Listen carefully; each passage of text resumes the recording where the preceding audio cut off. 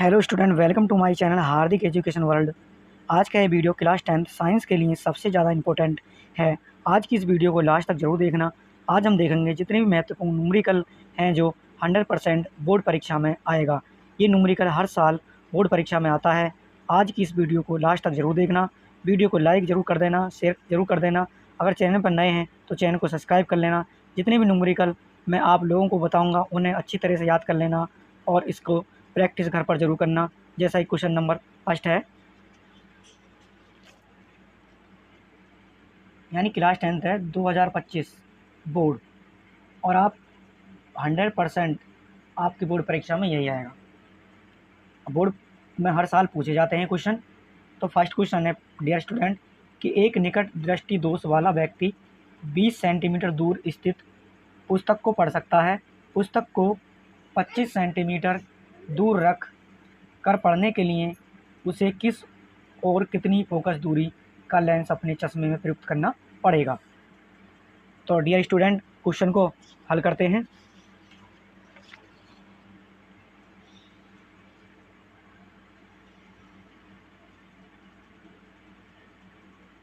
तो dear student, मैं question को बहुत ही आसान विधि से समझाऊंगा और आप इसे ध्यानपूर्वक समझें।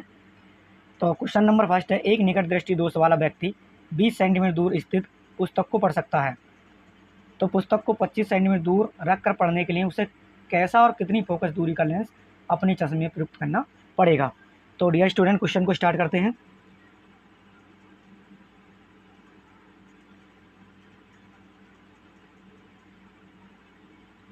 तो निकट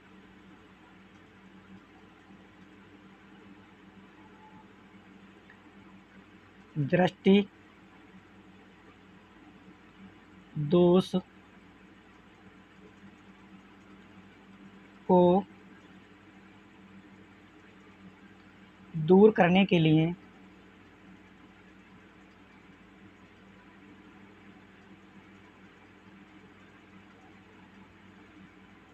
ऐसे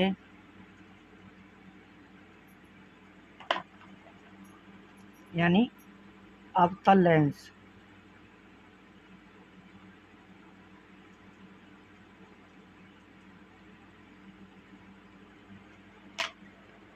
जिसकी फोकस दूरी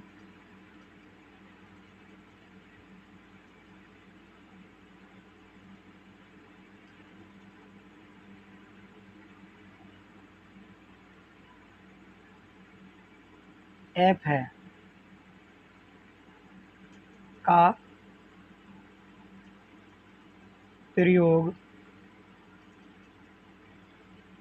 करना होगा। जो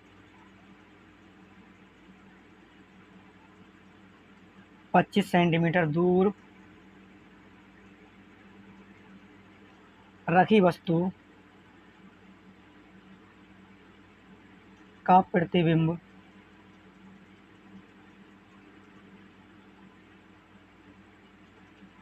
20 सेंटीमीटर पर बना दे। यानी निकट दृष्टि दोष को दूर करने के लिए ऐसे अवतल लेंस जिसकी फोकस दूरी एफ है का प्रयोग करना होगा जो 25 सेंटीमीटर दूर रखी वस्तु का प्रतिबिंब 20 सेंटीमीटर पर बना दे। तो क्वेश्चन को स्टार्ट करते हैं और आगे हल करते हैं। जैसा कि हमें दे रखा है, यानी कि 20 सेंटीमीटर दूर स्थित, तो हमें दे रखा है v बराबर अवतल लेंस है, तो ये हो जाएगा आपका v बराबर -20 सेंटीमीटर और u बराबर हो जाएगा आपका 25 सेंटीमीटर। कितना हो जाएगा डियर स्टूडेंट? 25 सेंटीमीटर। तो -25 सेंटीमीटर, और इसमें हमें ज्ञात करना है फोकस दूरी यानी कि एफ। तो लेंस के सूत्र से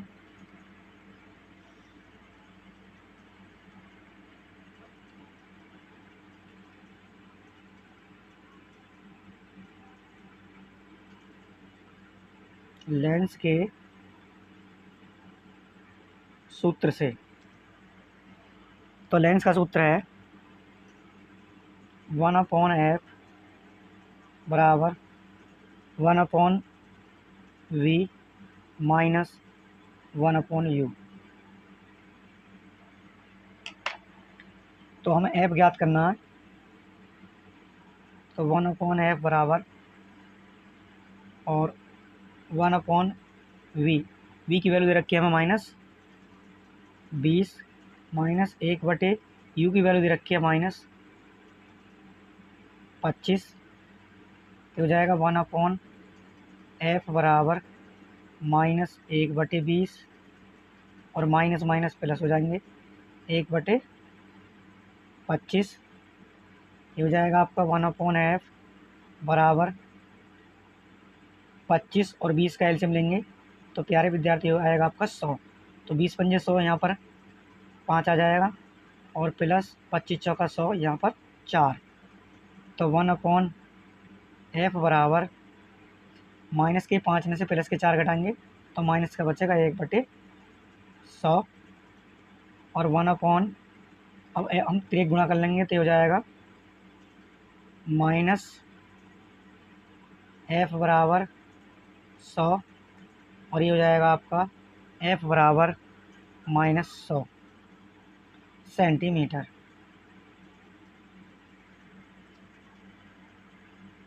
तो प्यारे विद्यार्थियों हो जाएगा अतः लेंस की फोकस दूरी f बराबर -100 सेंटीमीटर। और कैसा लेंस की जरूरत पड़ेगी? अवतल लेंस की।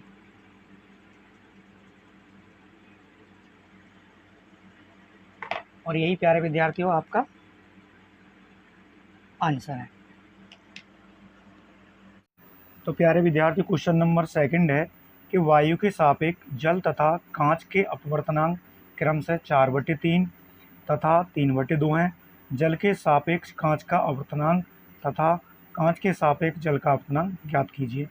तो प्यारे विद्यार्थियों ये वेरी मोस्ट इम्पोर्टेंट क्वेश्चन है। तो क्वेश्चन को हल करते हैं।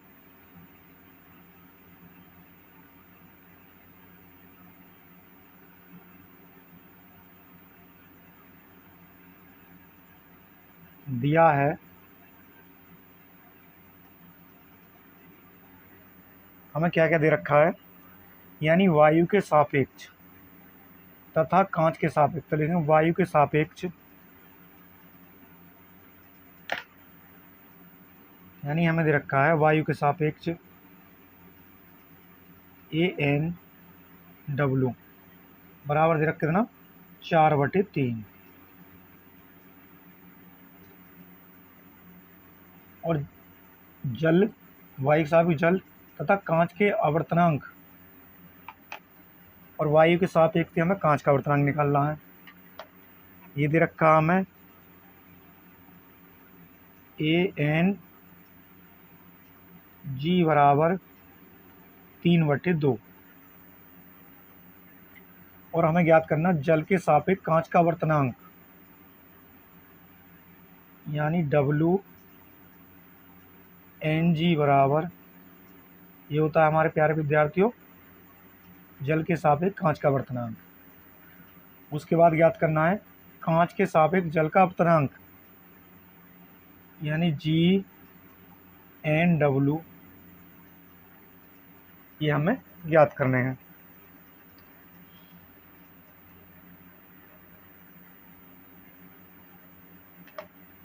यहाँ लिखेंगे जल के सापेक्ष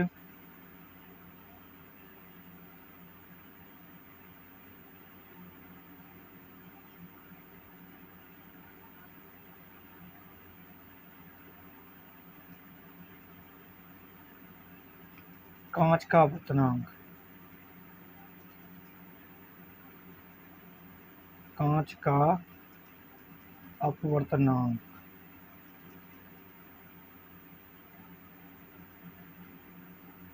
तो ये होता है आपका प्यारे विद्यार्थियों डब्लू एन जी बराबर ये हो जाएगा आपका ए एन जी बटे ए एन डब्लू, यानी वायु के सापेक्ष कांच का आवर्तनांक बटे वायु के सापेक्ष जल का आवर्तनांक। और हमें इनकी वैल्यू दे रखी हैं बराबर ए एन, यानी वायु के सापेक्ष कांच का आवर्तनांक ये दे रखा हमें 3/2,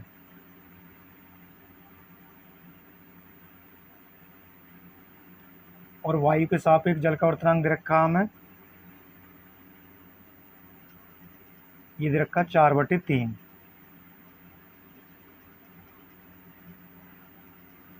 बराबर, तो पहले की चौथे में गुणा कर लेंगे और दूसरे की तीसरे पद में गुणा कर लेंगे, तो ये हो जाएगा आपका 3 × 3/2 × 4, ये जाएगा 3 तिया 9 और 4 दूनी 8।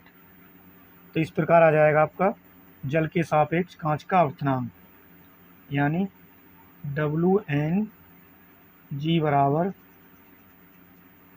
यह आ जाएगा आपका 9/8।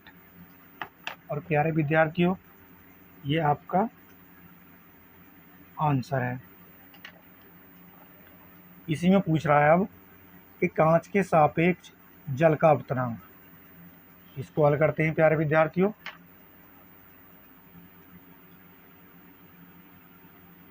तो कांच के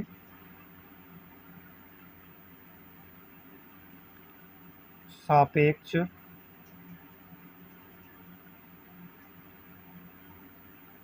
जल का आवर्तनांक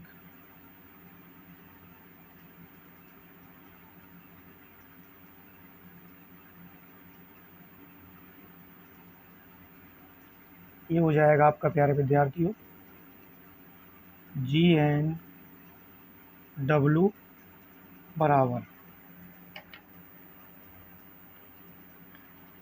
तो ये क्या होता है प्यारे विद्यार्थियों, वायु के सापेक्ष जल का आवर्तनांक यानी ए एन डब्लू बटे में हो जाएगा आपका वायु के सापेक्ष यानी वायु सापेक्ष कांच का आवर्तनांक। तो वायु के सापेक्ष कांच का आवर्तनांक ए एन जी। अब प्यारे विद्यार्थी इनकी वैल्यू रख लेंगे। तो वायु के सापेक्ष जल का आवर्तनांक की वैल्यू कितनी है, देखिए हमें 4/3। तो यहाँ पर लिख लेंगे 4/3 बटे में, और वायु के सापेक्ष कांच का आवर्तनांक ये दे रखा हमें 3/2।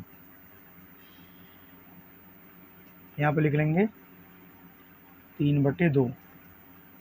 इसे भी इसी प्रकार करेंगे, चौथे पद की यानी चौथे पद की पहले पद में गुणा कर लेंगे और दूसरे की तीसरे पद में गुणा कर लेंगे, तो हो जाएगा आपका 4 × 2 और बटे में हो जाएगा आपका 3 × 3।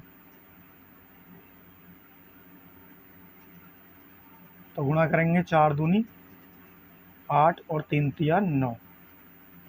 तो इस प्रकार हो जाएगा आपका कांच के सापेक्ष जल का आवर्तनांक, यानी हो जाएगा आपका जी एन डब्लू बराबर हो जाएगा आपका 8/9, यानी 4 दूनी 8 और 3 तिया 9। तो कांच के सापेक्ष जल का आवर्तनांक हो जाएगा आपका प्यारे विद्यार्थी 8/9, और यही प्यारे विद्यार्थी आपका आंसर है। क्वेश्चन नंबर 3 है कि 3.2 × 10⁻⁻19 कूलाम का आवेश 10⁶ मीटर प्रति सेकंड के वेग से 3 वेबर प्रति मीटर स्क्वायर तीव्रता वाले चुंबकीय क्षेत्र में 60 अंश के कोण पर प्रवेश करता है। आवेश पर लगने वाले बल की गणना कीजिए। चुंबकीय क्षेत्र में आवेशित कण पर लगने वाले बल की दिशा का निर्धारण किस नियम से किया जाता है। तो प्यारे विद्यार्थियों, क्वेश्चन को हल करते हैं।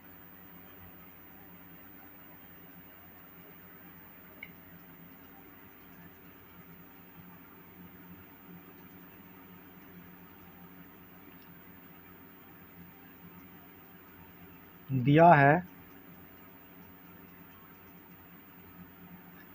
हमें क्या क्या दे रखा, 3.2 गुणा 10 की घात -19 कूलाम। हमें दे रखा आवेश,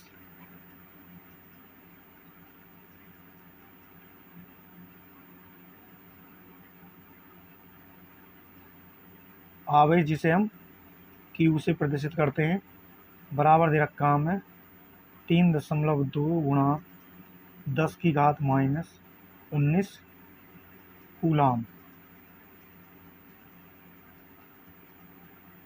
उसके बाद 10 की घात 6 मीटर प्रति सेकंड के वेग से, और वेग दे रखा हमें जिसे हम v से प्रदर्शित करते हैं, ये दे रखा हमें 10 की घात 6 मीटर प्रति सेकंड। उसके बाद है वेग से 3 वेबर प्रति मीटर स्क्वायर तीव्रता वाले चुंबकीय क्षेत्र, और चुंबकीय क्षेत्र की जो तीव्रता है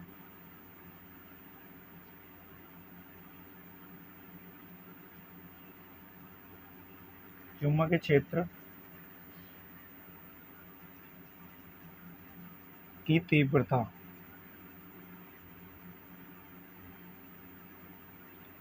ये दे रखी है हमें, यानी इसे हम करते हैं v से प्रदर्शित। ये दे रखी है हमें 3 वेबर प्रति मीटर स्क्वायर। उसके बाद चुंबकीय क्षेत्र में 60 अंश के कोण पर, और कोण दे रखा हमें, कोण यानी थीटा बराबर दे रखा हमें 60 अंश। तो आवेश पर लगने वाले बल यानी हमें ज्ञात करना है बल यानी F। उसके बाद कण पर लगने वाले बल दिशा का निर्धारण किस नियम से किया जाता है। तो पहले इसको हम हल कर लेते हैं। तो प्यारे विद्यार्थियों, सूत्र है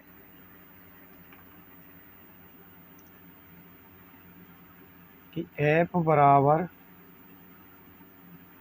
Q V साइन थीटा से, बराबर Q की वैल्यू दे रखी है आपकी 3.2 गुणा 10 की घात -19 गुणा V की वैल्यू दे रखी है 10 की घात 6 गुणा, उसके बाद V चुंबकीय क्षेत्र, इसकी वैल्यू दे रखी है 3, और साइन थीटा, थीटा की वैल्यू दे रखी है 60 अंश। बराबर हल करते हैं 3.2 गुणा 10 की घात -19 गुणा 10 की घात 6 गुणा 3 गुणा, और साइन 60 का मान होता है प्यारे विद्यार्थियों √3/2। अब इस 2 से इसको कैंसिल कर लेंगे तो ये कैंसिल हो जाएगा आपका 1.6 बार। तो आपका बचा 1.6 गुणा 10 की घात -19 गुणा 10 की घात 6 गुणा 3 गुणा √3 बराबर, तो ये हो जाएगा 16×3 = 48, यानी 4.8, और 4 इसमें गुणा कर लेंगे √, तो हो जाएगा 4.8 √3 गुणा, ये घात है 10 की घात -19 माइनस की है, और ये 10 की घात 6 प्लस की है, तो माइनस के 19 में से प्लस के 6 घटाएंगे तो प्यारे विद्यार्थी ये बचेंगे आपके -13। और बल ज्ञात कर रहे हैं F, तो बल का मात्रक होता है न्यूटन। क्या होता है प्यारे विद्यार्थियों? न्यूटन। तो इस प्रकार आपका आंसर हो जाएगा F बराबर 4.8 √3 गुणा 10⁻13 न्यूटन। उसके बाद कह रहा है कि इस चुंबकीय क्षेत्र में आवेशित कण पर लगने वाले बल की दिशा का निर्धारण किस नियम से ज्ञात करेंगे? तो प्यारे विद्यार्थियों, फ्लेमिंग के दाएं नियम से। तो किससे ज्ञात करेंगे प्यारे विद्यार्थियों? तो प्यारे विद्यार्थियों, चुंबकीय क्षेत्र में आवेशित कण पर लगने वाले बल की दिशा का निर्धारण किस नियम से किया जाता है? तो चुंबकीय क्षेत्र में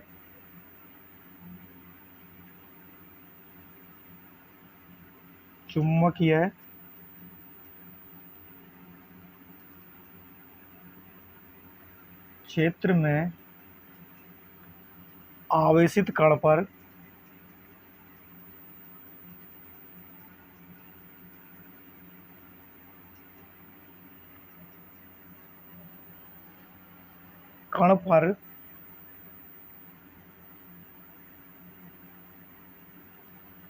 वाले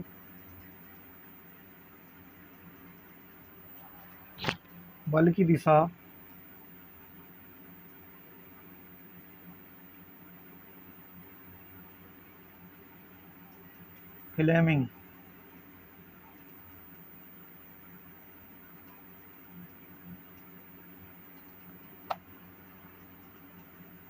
फ्लेमिंग के बाएं हाथ के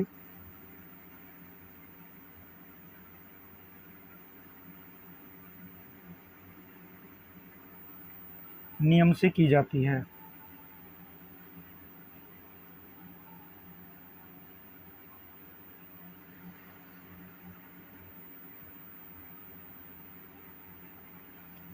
यानी चुंबकीय क्षेत्र में आवेशित कण पर लगने वाले बल की दिशा फ्लेमिंग के बाएं हाथ के नियम से की जाती है। तो प्यारे विद्यार्थियों, यही आपका आंसर है। और प्रश्न नंबर 4 है प्यारे विद्यार्थियों, वेरी वेरी इंपॉर्टेंट क्वेश्चन है।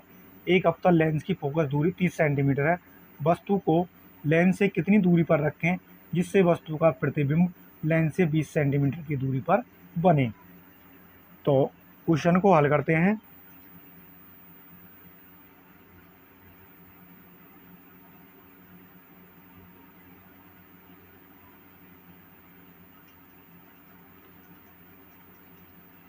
जो दिया है उसे लिख लेते हैं। यानी एक अवतल लेंस की फोकस दूरी यानी F बराबर दे रखा हमें। अवतल लेंस की बात चल रही है तो ये हो जाएगी माइनस में, F बराबर हो जाएगी माइनस के 30 सेंटीमीटर। वस्तु को लेंस से कितनी दूरी पर रखें, यानी इसमें हमें क्या ज्ञात करना है? U, जिससे वस्तु का प्रतिबिंब लेंस से ये हो जाएगी आपकी V, और V बराबर हो जाएगी आपकी माइनस के 20 सेंटीमीटर। और हमें ज्ञात करना है आपका प्यारे विद्यार्थियों U। तो लेंस के सूत्र से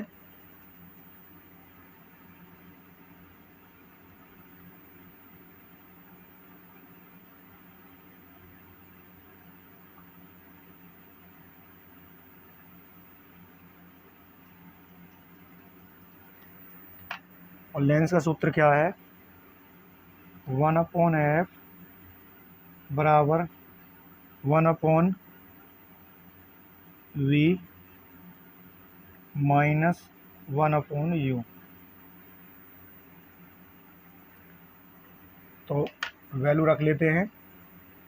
1/f, एफ की वैल्यू है 1/, यानी -30 बराबर 1/v, v की वैल्यू है -20 और -1/u।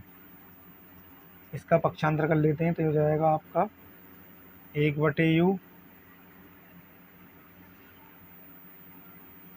बराबर ये हो जाएगा 1/-20 और माइनस ये हो जाएंगे इधर आके प्लस के 1/30।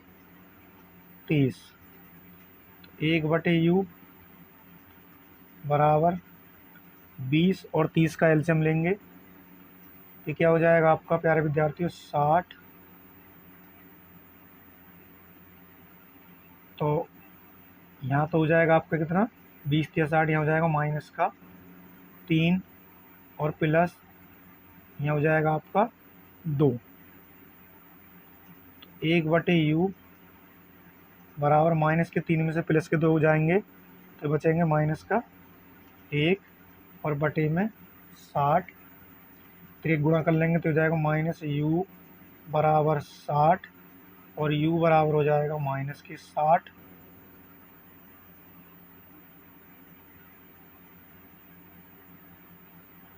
सेंटीमीटर।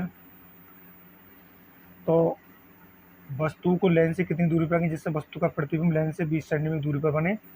तो प्यारे विद्यार्थियों आपका आंसर हो जाएगा अतः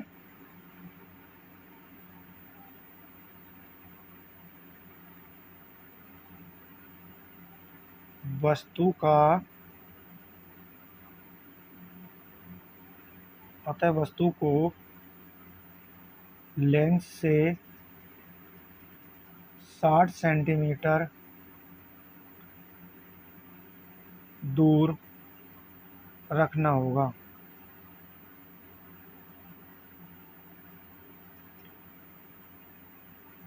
और यही प्यारे विद्यार्थी आपका आंसर है।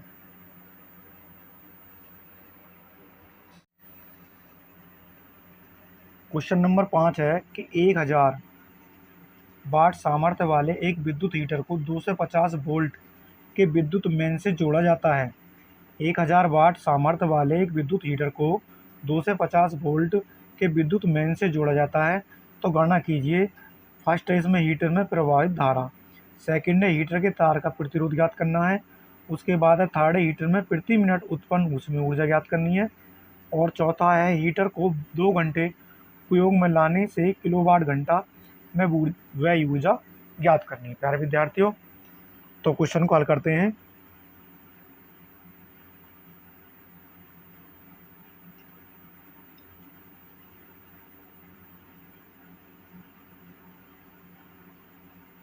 दिया है जो हमें दिया है उसे हम लिख लेते हैं। तो 1000 वाट सामर्थ्य है, यानी सामर्थ्य दे रखी है हमें P बराबर 1000 वाट। उसके बाद विद्युत हीटर को 200 वोल्ट यानी ये दे रखा हमें विभवांतर V बराबर दे रखा हमें 250 वोल्ट। उसके बाद हमें जो ज्ञात करना है फर्स्ट ज्ञात करना हमें हीटर में प्रवाहित धारा, यानी हमें I ज्ञात करनी है। उसके बाद सेकंड हीटर के तार का प्रतिरोध यानी R ज्ञात करना है। उसके बाद थर्ड में हीटर में प्रति मिनट उत्पन्न ऊष्मीय ऊर्जा ज्ञात करनी है, यानी फर्स्ट क्या ज्ञात करना हमें I ज्ञात करनी है यानी हीटर में प्रभावित धारा। उसके बाद सेकंड ज्ञात करनी हीटर के तार का प्रतिरोध यानी R ज्ञात करना है, और थर्ड में हीटर में प्रति मिनट उत्पन्न ऊष्मीय ऊर्जा यानी क्या ज्ञात करनी है H। और फोर्थ में हीटर में 2 घंटे में उपयोग में लाने वाले किलोवाट घंटा में वह ऊर्जा यानी W। तो ये चारों मान हमें ज्ञात करने हैं, यानी फर्स्ट में धारा ज्ञात करनी है, सेकंड में प्रतिरोध, और थर्ड में हमें ज्ञात करनी ऊष्मा ऊर्जा, और फोर्थ में ज्ञात करनी है हमें वह ऊर्जा। तो पहले सर्वप्रथम धारा ज्ञात कर लेते हैं।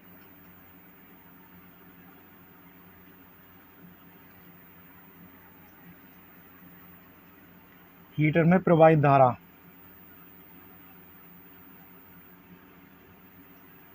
हीटर में प्रवाहित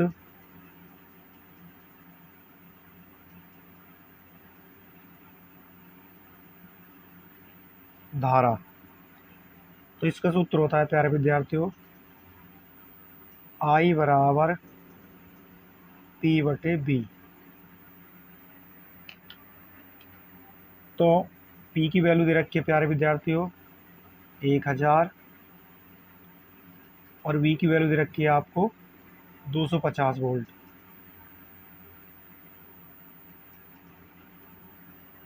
तो इसे हम कैंसिल कर लेते हैं।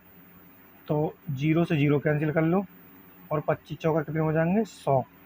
तो इस प्रकार हो जाएगा आपका आई बराबर 4 और धारा का मात्रक होता है प्यारे विद्यार्थियों एम्पियर।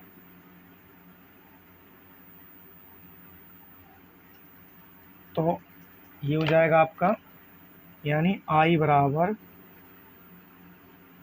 4 एम्पियर और यही प्यारे विद्यार्थियों आपका आंसर है। यानी आई बराबर 25, यानी चाहे तो आप 250 चौका से काट लो 1000, चाहे 0 से 0 कैंसिल और 25 चौका 100। तो आई बराबर हो जाएगा 4 एम्पियर। इसके बाद है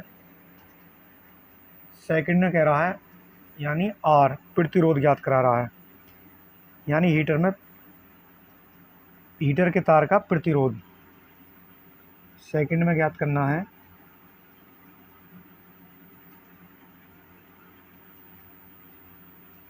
हीटर के तार का प्रतिरोध।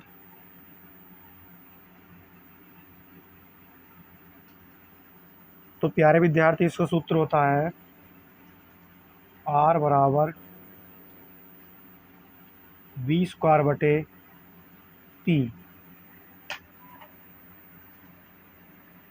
आर बराबर वी स्क्वायर बटे पी। तो यहाँ पर वैल्यू रख लेंगे। ये हो जाएगा आपका 250 का वर्क हो जाएगा यहाँ पर, और बटे पी हमारी है सामर्थ्य यानी 1000। इसे हल कर लेते हैं, यानी 250 गुणा 250 और बटे में हो जाएगा आपका 1000। एक जीरो से ये जीरो कैंसिल, एक जीरो से ये जीरो कैंसिल, 25 में 25 की गुणा करेंगे तो ये हो जाएगा आपका 625 और बटे में हो जाएगा 10। तो ये हो जाएगा आपका 10 की भाग करेंगे तो 10 छंग 60 और 2 बचे 10 दूनी 20, 5 बचेंगे ना जाने की, यहाँ जीरो 10 पंजे 50। यह जाएगा 62.5, यानी आर बराबर, और प्रतिरोध का मात्रक होता है ओम। क्या होता है प्यारे विद्यार्थियों, इसका मात्रक होता है ओम।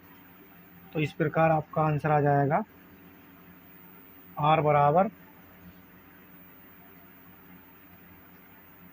यानी 0 से 0 कैंसिल, एक 0 से 1 कैंसिल, 25 25 625, 625 में 10 की भाग करेंगे तो आ जाएगा आपका 62.25 और प्रतिरोध का मात्रक होता है ओम। और इस प्रकार प्यारे विद्यार्थी आपका सेकंड पॉइंट का आंसर आ जाएगा, एंड सेकंड भाग का आर बराबर 62.5 ओम। तो प्यारे विद्यार्थियों अब थर्ड भाग को हल करते हैं। हीटर में प्रति मिनट उत्पन्न ऊष्मीय ऊर्जा।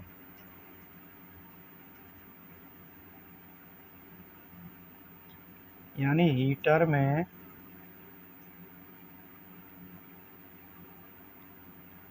प्रति मिनट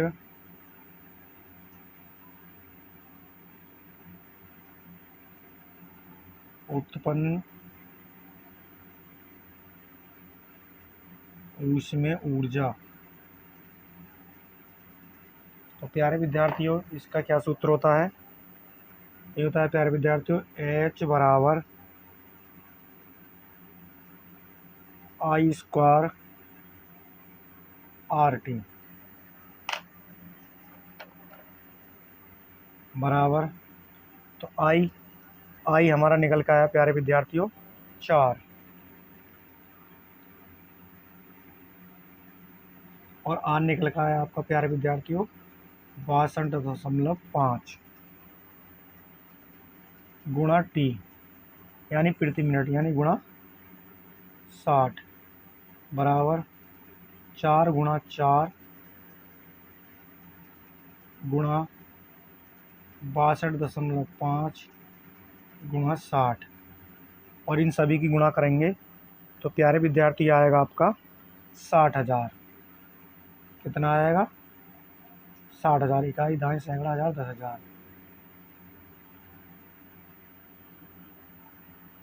तो प्यारे विद्यार्थियों, हीटर में प्रति मिनट उत्पन्न ऊष्मीय ऊर्जा, तो प्यारे विद्यार्थियों इसका मात्रक होता है क्या? जूल।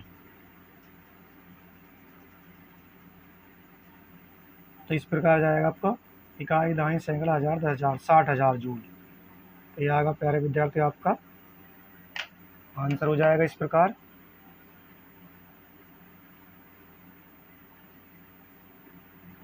यानी हीटर में प्रति मिनट उत्पन्न ऊष्मीय ऊर्जा H बराबर 60,000 जूल। और प्यारे विद्यार्थी ये आपका आंसर है। अब चौथे भाग कॉल करते हैं। चौथा भाग है यानी हीटर को 2 घंटे उपयोग में लाने से किलोवाट घंटा में वह ऊर्जा।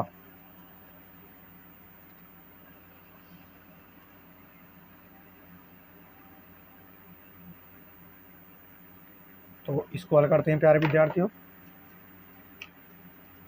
ये आपका है चौथा भाग।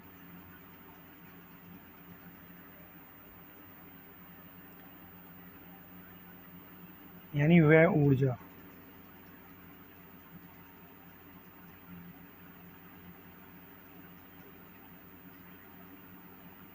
इसे हम W से प्रदर्शित करते हैं और इसका सूत्र होता है W बराबर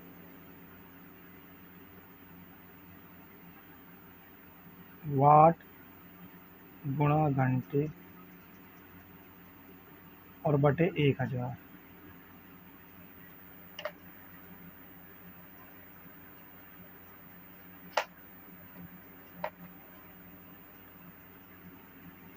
बराबर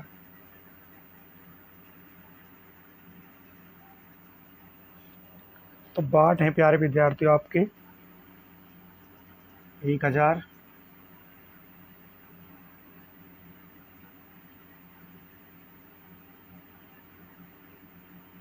और घंटे हैं आपके 2 और बटे 1000। तो 1000 से 1000 कैंसिल हो जाएगा, तो बराबर कितना बचेगा? 2। और प्यारे विद्यार्थी इसका मात्रक होता है किलोवाट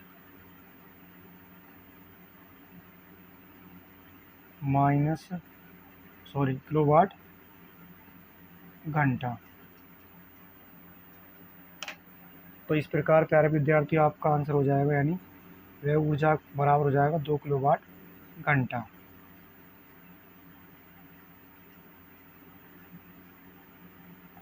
और यही प्यारे विद्यार्थियों आपका आंसर है।